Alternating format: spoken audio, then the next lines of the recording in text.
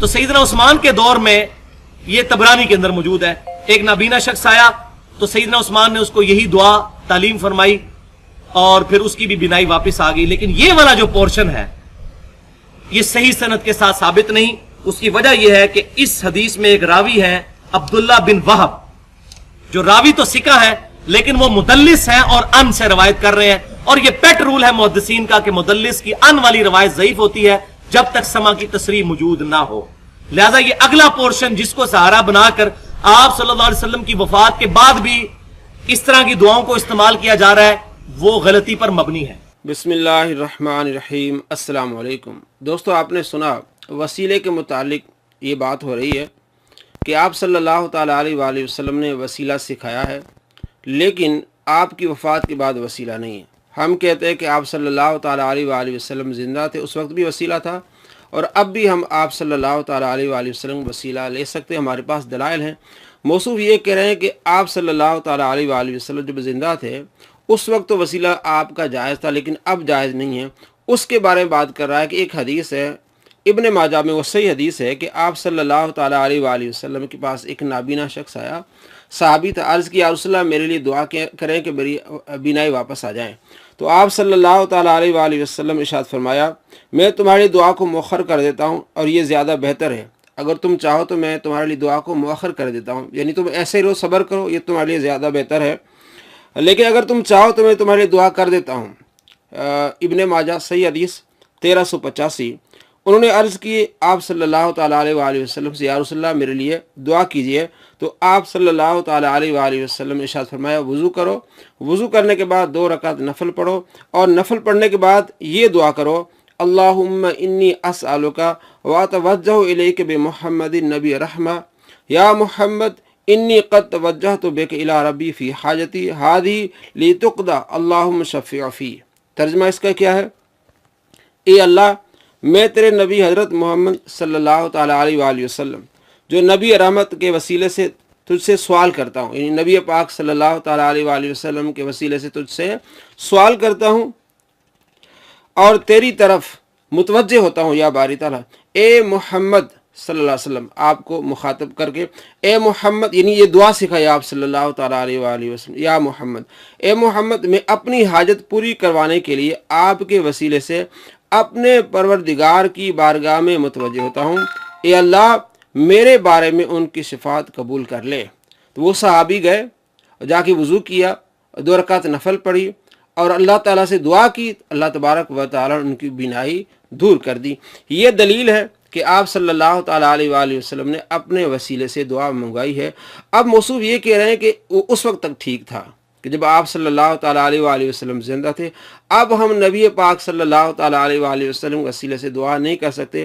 ہم کہتے ہیں کہ دعا کر سکتے ہیں۔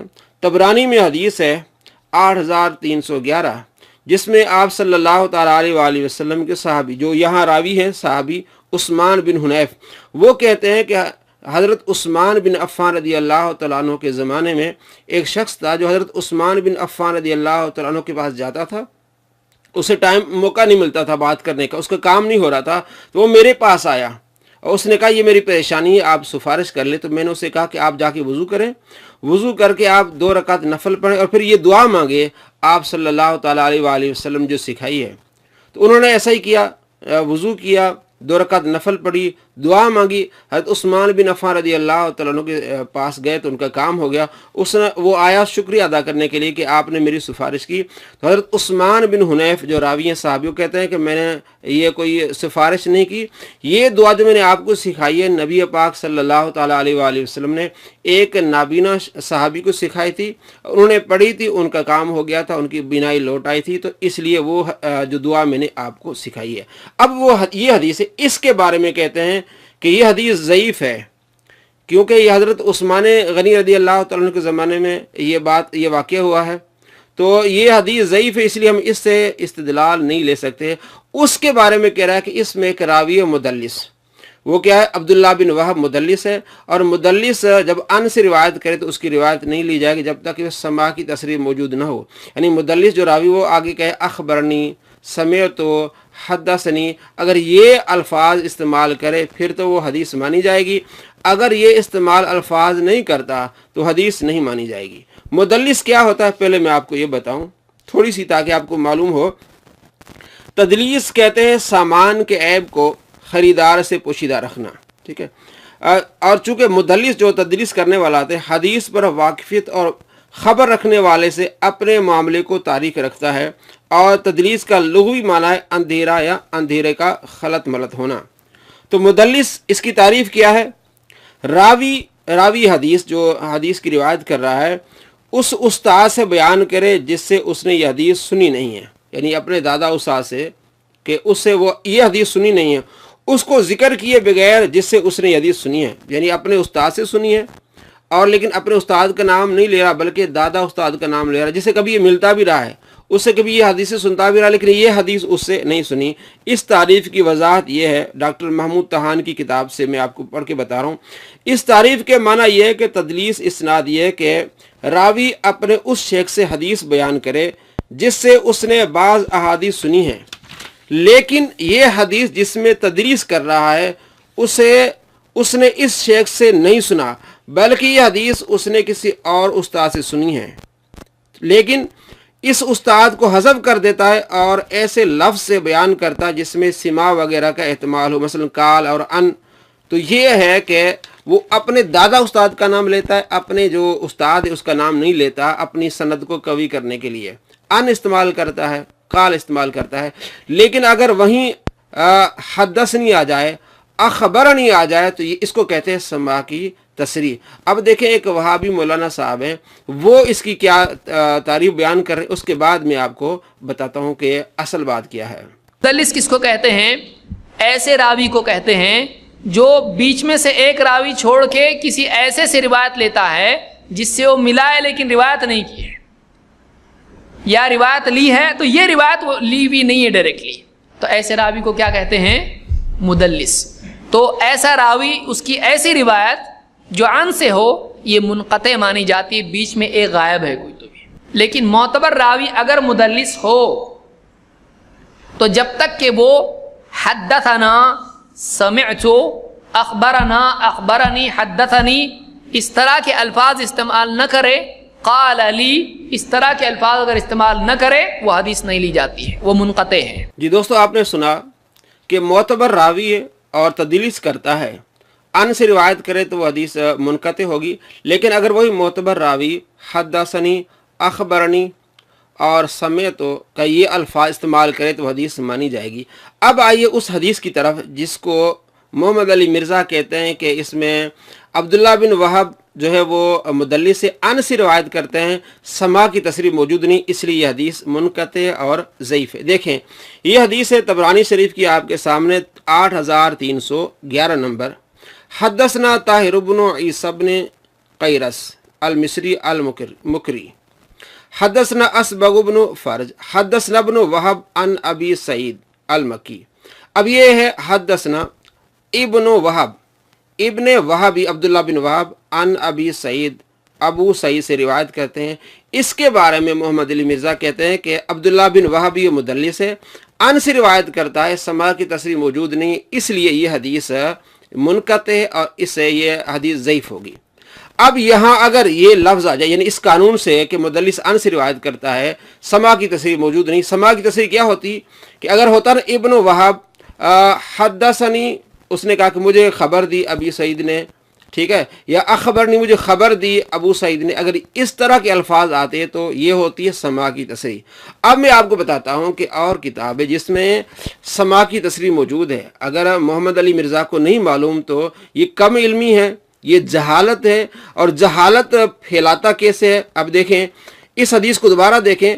हद्दसना इब्न वहब, अब्दुल्ला बिन वहब रिवायत करते हैं अन अबी सईद, अब्दुल्ला बिन वहब अन अबी सईद के अबू सईद से अन से रिवायत करते हैं, इसलिए मुदल्लिस अन से रिवायत कर रहा है, ये हदीस नहीं मानी जाएगी।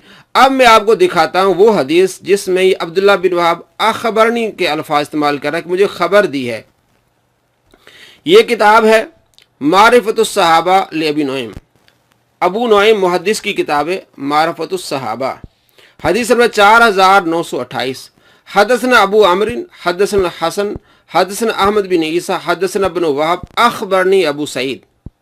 अब्दुल्ला बिन वहाब कहते हैं अखबरनी, मुझे खबर दी अबू सईद। अब यहाँ मालूम हुआ कि जो है वो अब्दुल्ला बिन वहाब कहते हैं अखबरनी अबू सईद। यहाँ समाअत की तसरीह मौजूद है और हदीस वही है, उस्मान बिन हुनैफ वाला वाक़या है और कोई हदीस नहीं। हदीस वही है कि उस्मान बिन हुनैफ कहते हैं मेरे पास एक शख्स आया और उसने हज़रत उस्मान बिन अफ़ान के बारे में बात की कि मैं उनके पास जाता हूँ, मेरा काम नहीं हो रहा। तो मैंने उसे ये वजीफ़ा बताया कि वज़ू करो, 2 रकात नफल पढ़ो और आप सल्लल्लाहु और ये दुआ पढ़ो। तो उसने ऐसा ही किया और उसका काम हो गया, मेरे पास आया। तो फिर उस वक्त मैंने उसे बताया कि मेरे नबी सल्लल्लाहु ताला अलैहि वसल्लम ने भी एक शख्स को इसी तरह वजीफ़ा बताया था जिसकी आंखें मतलब बीनाई कमज़ोर हो चुकी थी, नाबीना था। तो मैंने आपको ये वजीफ़ा बताया था। अब ये हदीस वही है। अब यहाँ समाअत की तसरीह मौजूद है। अब कहीं भी एक हदीस में अन है और दूसरी हदीस में समाअत की तसरीह मौजूद हो जाए तो हदीस सही होती है। तो इन्हीं के कानून के लिहाज से ये हदीस सही है। मारफत साहबा अबी नोएम हदीस में 4928 के इब्ने वहाब कहते हैं अखबरनी अबू सईद, मुझे खबर दिए अबू सईद। तो मालूम हुआ कि ये जो कहते हैं ना ये मुनक़ते है और अब्दुल्ला बिन वहाब मुदल्लिस से अन से रिवायत करते हैं, समाअत की तसरीह मौजूद नहीं है। अब यहाँ दूसरी किताब में समाअत की तसरीह मौजूद है। जब समाअत की तसरीह मौजूद हो तो वह हदीस सही मानी जाती है। उस हदीस पर अमल होगा तो मालूम हुआ कि नबी पाक सल्लल्लाहु ताला अलैहि वसल्लम के बाद सहाबा ने आप सल्लल्लाहु ताला अलैहि वसल्लम का वसीला भी लिया और या मुहम्मद भी पुकारा। पूरी हदीस से देखें, या मुहम्मद, ए मुहम्मद सल्लल्लाहु ताला अलैहि वसल्लम, इन्नी अतवज्जहु बिका इला रब्बी, मैं आपके वसीले से अपने रब की तरफ मुतवज्जे होता हूँ। तो साबित हो गया कि आप सल्लल्लाहु ताला अलैहि वसल्लम के बाद भी वसीला जायज़ है और सहाबा ने लिया है।